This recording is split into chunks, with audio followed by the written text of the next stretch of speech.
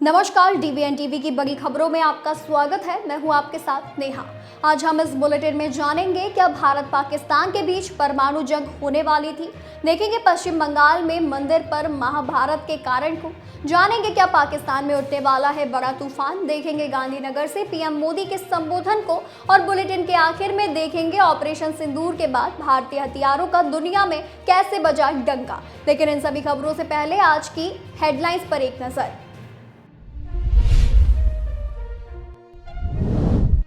मध्य प्रदेश में विवादित बयान के बाद एक बार फिर कैबिनेट मीटिंग से नदारद रहे मिनिस्टर विजय शाह। उनकी जगह पर बैठी दिखी महिला मंत्री। उत्तर प्रदेश को मिलेगा एक और भव्य तीर्थ। बाबा तामेश्वरनाथ धाम को काशी अयोध्या की तरह जोड़ा जाएगा कॉरिडोर से। सीएम योगी का बड़ा ऐलान। दिल्ली के शाहदरा में एटीएम में मदद के बहाने बनाकर कार्ड बदलकर धोखाधड़ी। 2 शातिर गिरफ्तार, बुजुर्गों को बनाते थे निशाना। बागेश्वर धाम की हनुमत कथा से लौट रहे एक ही परिवार के 7 लोगों ने गाड़ी में की आत्महत्या। चंडीगढ़ से आए थे पंचकुला।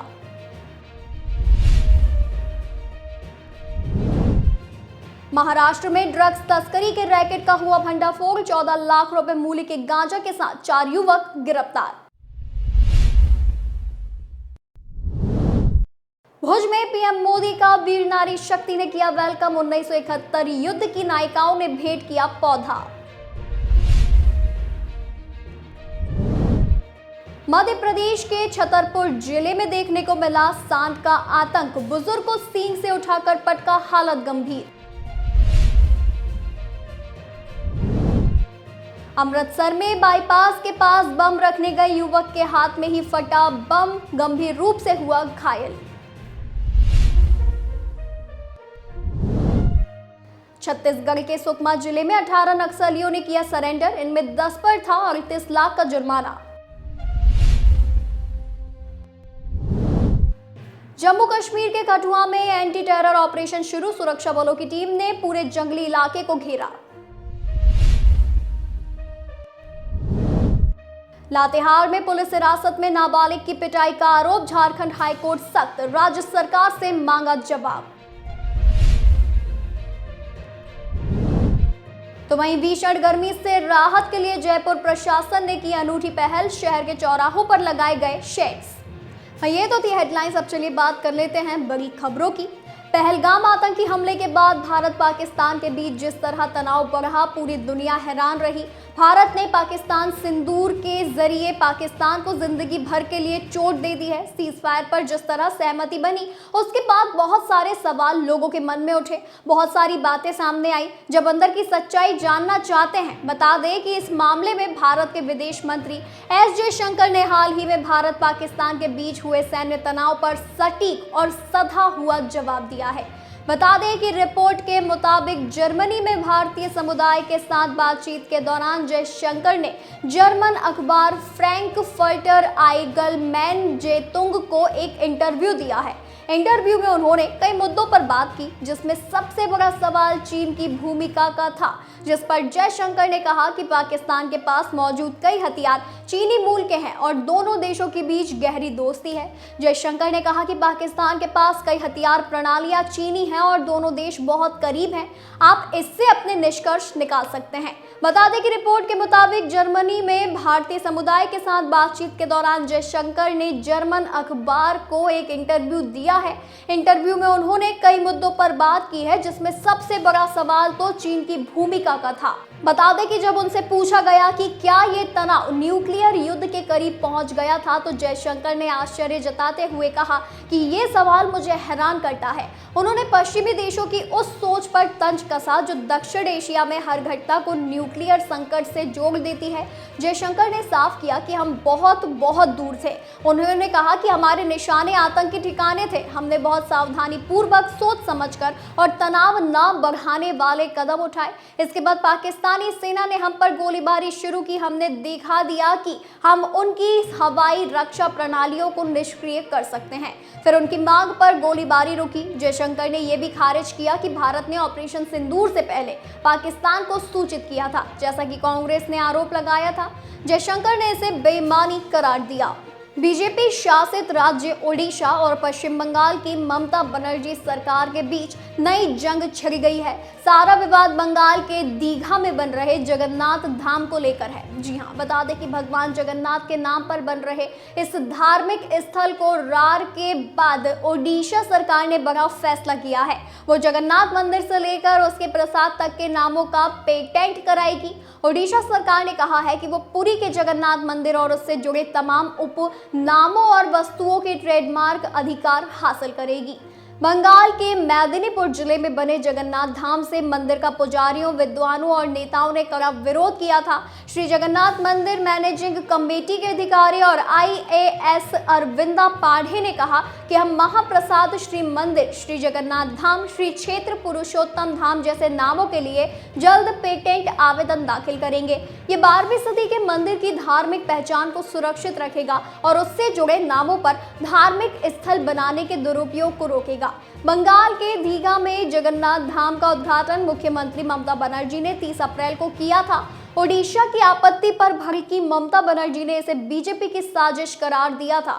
ममता बनर्जी ने कहा था कि यहां जगन्नाथ मंदिर के पुजारियों को आने से रोका गया, वो इतना परेशान क्यों है? हम सब पुरी जाते हैं, वो जगन्नाथ धाम से क्यों ईर्ष्या रखते हैं?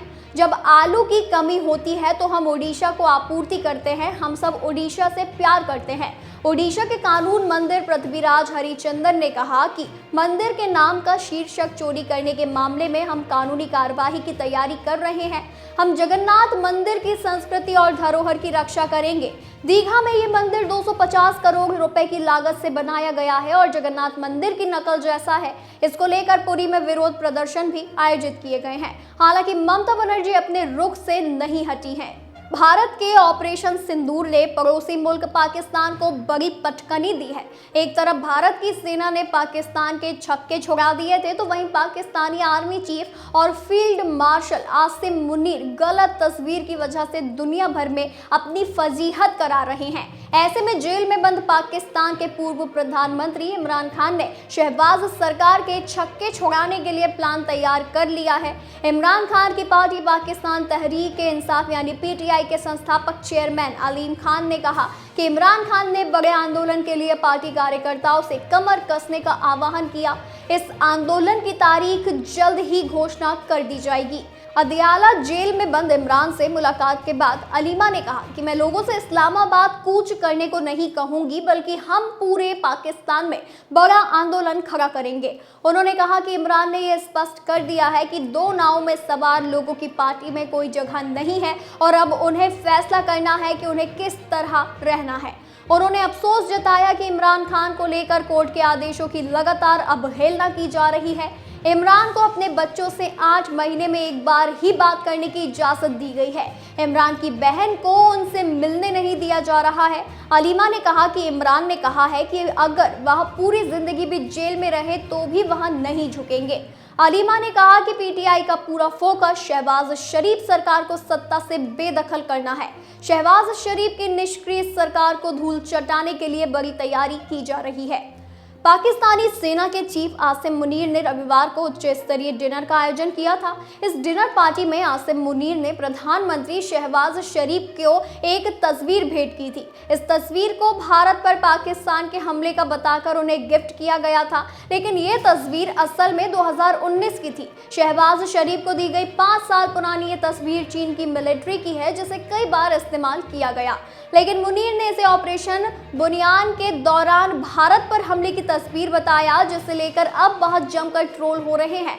बता दें कि 22 अप्रैल को पहलगाम में हुए आतंकी हमले के बाद भारत और पाकिस्तान के रिश्ते सर्रातल तक पहुंचे हैं।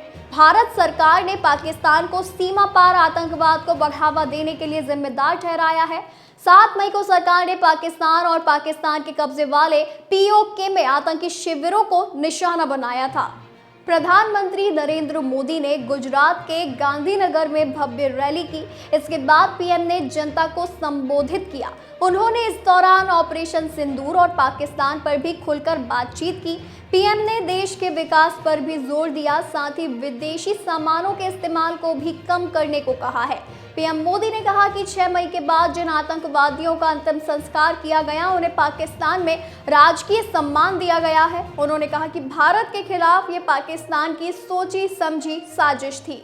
प्रधानमंत्री नरेंद्र मोदी ने अपने संबोधन में पाकिस्तान की नापाक हरकतों का जिक्र किया। पीएम ने कहा कि ऑपरेशन सिंदूर के दौरान जिन आतंकियों की मौत हुई, उन्हें पाकिस्तान में राजकीय सम्मान दिया गया है। उनके ताबूतों पर पाकिस्तान के झंडे रखे गए और उनकी सेना ने उन्हें सलामी भी दी। पीएम मोदी ने कहा कि इससे साबित होता है कि आतंकवादी गतिविधियां सुनियोजित युद्ध रणनीति थी। पीएम ने पाकिस्तान को दो टूक देते हुए कहा कि आप पहले से ही युद्ध में हैं और आपको उसी के अनुसार जवाब मिलेगा। हम किसी से दुश्मनी नहीं चाहते, हम शांति से रहना चाहते हैं, हम प्रगति भी करना चाहते हैं ताकि हम विश्व के कल्याण में योगदान दे सके। प्रधानमंत्री मोदी ने ऑपरेशन सिंदूर पर कहा कि यह वीरों की भूमि है। जब मात्र 22 मिनट के अंदर 9 आतंकवादी ठिकानों की पहचान कर उन्हें तबाह कर दिया गया, तो ये एक निर्णायक कार्रवाई थी। पीएम ने कहा कि इस बार सब कुछ कैमरों के सामने किया गया ताकि घर बैठे कोई सबूत न मांग सके। अब हमें किसी को सबूत देने की जरूरत नहीं, बल्कि वो सबको बता रहे हैं।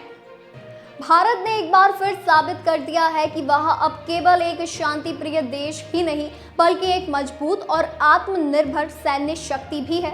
ऑपरेशन सिंदूर के जरिए भारत ने दुनिया को दिखा दिया कि अब उसे विदेशी हथियारों की जरूरत नहीं। भारत में बने हथियार और ड्रोन इतने शक्तिशाली निकले कि पाकिस्तान और तुर्की जैसे देशों के आधुनिक हथियार भी पीछे रह गए। अब भारत की डिफेंस कंपनियों की गूंज विदेशों तक पहुंच रही है और पहली बार किसी भारतीय कंपनी को इजराइल से करोड़ों रुपए का ऑर्डर मिला है, जो एक ऐतिहासिक कदम है। भारत का फेमस ऑपरेशन सिंदूर अभी पूरी तरह से खत्म नहीं हुआ है, लेकिन इस ऑपरेशन ने दुनिया को दिखा दिया है कि अब भारत की सेना विदेशी हथियारों पर निर्भर नहीं है। इस बार के ऑपरेशन में ज्यादातर हथियार और ड्रोन आत्मनिर्भर भारत अभियान के तहत भारत में ही बनाए गए थे। खास बात यह रही कि भारत के हथियारों के सामने पाकिस्तान और तुर्की के आधुनिक हथियार भी कमजोर दिखे। इसका असर ये हुआ कि अब पूरी दुनिया भारत की डिफेंस कंपनियों की ताकत को पहचान रही है और उनका सम्मान कर रही है। इसी कड़ी में एक बड़ी खबर सामने आई है। इजराइल की एक प्रसिद्ध डिफेंस कंपनी ने भारत की नायब लिमिटेड को $17.52 मिलियन यानी करीब 150 करोड़ रुपए का ऑर्डर दिया है। यह ऑर्डर खास तौर पर एक रॉकेट लॉन्चर निर्माण के लिए दिया गया है, जिसकी मारक क्षमता 300 किलोमीटर तक है। यह पहली बार है जब भारत की कोई रक्षा कंपनी किसी विदेशी सेना के लिए अत्याधुनिक हथियार बना रही है। अब तक भारतीय कंपनियां सिर्फ अपनी थल, जल और वायु सेना के लिए टेक्नोलॉजी बनाती थी। इस रॉकेट लॉन्चर के निर्माण से भारत की डिफेंस टेक्नोलॉजी को अंतर्राष्ट्रीय स्तर पर नई पहचान मिलेगी। रक्षा मंत्रालय के सूत्रों के अनुसार आने वाले समय में इजराइल के अलावा और भी कई देशों से ऑर्डर मिलने की उम्मीद है। भारतीय डिफेंस कंपनियां अब हथियारों के पूरे सिस्टम के साथ साथ उनके छोटे बड़े कलपुर्जे भी खुद बनाने पर जोर दे रही है, जिससे विदेशी कंपनियों पर निर्भरता कम हो सके।